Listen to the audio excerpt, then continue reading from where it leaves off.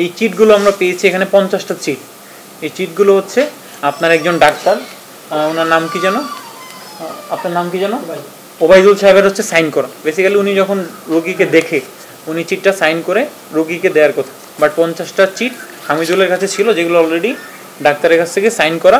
এই চিটগুলো দিয়ে সে ওষুধগুলো উত্তোলন করে এবং সেইগুলো বিভিন্ন জায়গাতে দিয়ে দেয়। কাছে কিছু কমপ্লেন ছিল যে হচ্ছে রোগীরা এখানে আসলে ওনারা অ্যান্টিবায়োটিক ওষুধগুলো পায় না, নর্মালি প্যারাসিটামল না পায় এগুলো পায়। অনেকে হয়তো জেনে বলে, অনেকে হয়তো না জেনে অনেক কিছু বলে। অনেক দিন ধরেই একটা খোঁজখবর আমরা নিচ্ছিলাম যে আসলে এরকম কিছু হয় কিনা। তো ওইটার পার্ট হিসেবে আজকে আমরা মেনলি ওনাকে ফার্স্টে পেয়েছি।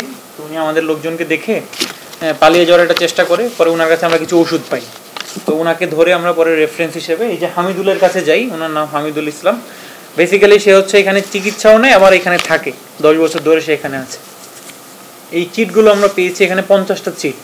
এই চিটগুলো হচ্ছে আপনার একজন ডাক্তার, ওনার নাম কি যেন, আপনার নাম কি যেন, ওবায়দুল সাহেবের হচ্ছে সাইন করা। বেসিক্যালি উনি যখন রোগীকে দেখে উনি চিটটা সাইন করে রোগীকে দেওয়ার কথা, বাট 50টা চিট হামিদুলের কাছে ছিল যেগুলো অলরেডি ডাক্তারের কাছ থেকে সাইন করা। এই চিটগুলো দিয়ে সে ওষুধগুলো উত্তোলন করে এবং সেইগুলো বিভিন্ন জায়গাতে দিয়ে দেয়। তো এখন আমরা বিভিন্ন ধরনের যেগুলো ওষুধ পেয়েছি ওগুলো ওষুধের লিস্টও নিয়েছি এবং চিটগুলো নিয়ে যাচ্ছি, ওদেরকেও নিয়ে যাব। ওদেরকে আমরা ফার্দার কোশ্চেন করবো, ইনকোয়ারি করব যে ওরা ওষুধগুলো নিয়ে কি করে, কোথায় বিক্রি করে, এগুলো আমরা বের করার চেষ্টা করব। ঠিক আছে, থ্যাংক ইউ, আপনারা কোঅপারেট করেছেন। আপনাদেরও কিছু লিমিটেশনস আছে আমরা জানি, বাট ভবিষ্যতে যাতে এই ধরনের অ্যাক্টিভিটিসগুলো না হয়, এই ধরনের ওষুধ নিয়ে যাওয়া বা হচ্ছে ইলিগাল ওয়েতে ওষুধ চুরি করা হসপিটাল থেকে, এগুলো যাতে না হয় আপনারা সোচ্চার থাকবেন। যদি কোনো প্রবলেম ফেস করেন, কুড়িগ্রাম আর্মি ক্যাম্পের নাম্বার আছে আপনাদের কাছে, সরাসরি আমাদের সাথে যোগাযোগ করুন। আমরা আমাদের বেস্ট ওয়েতে হেল্প করার ট্রাই করব।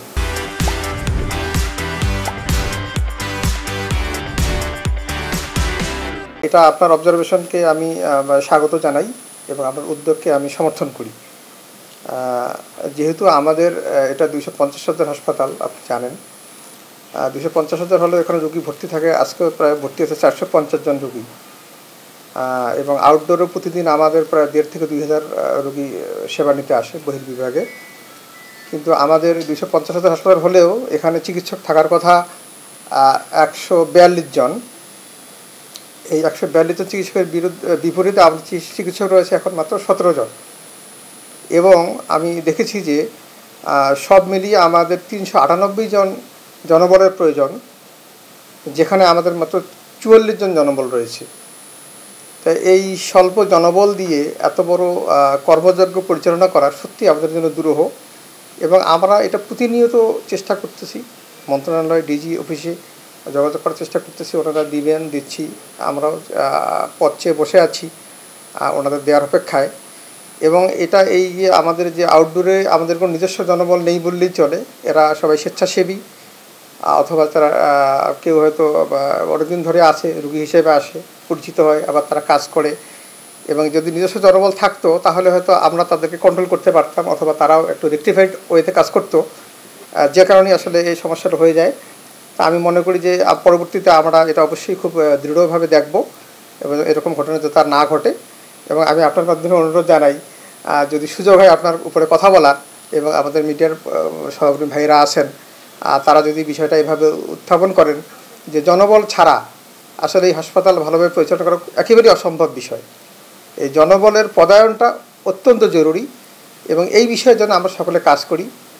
এই কুড়িগ্রাম জেলার একমাত্র সেকেন্ডারি লেভেল হসপিটাল, যার উপর নির্ভরশীল 24 লক্ষ মানুষ।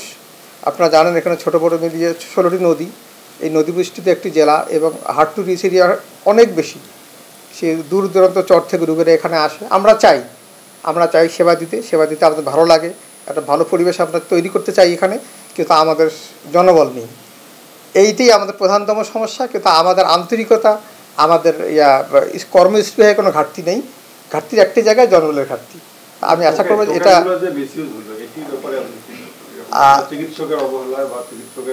আচ্ছা, এটা হলো যে যারা আজকের নোটিশে এসেছে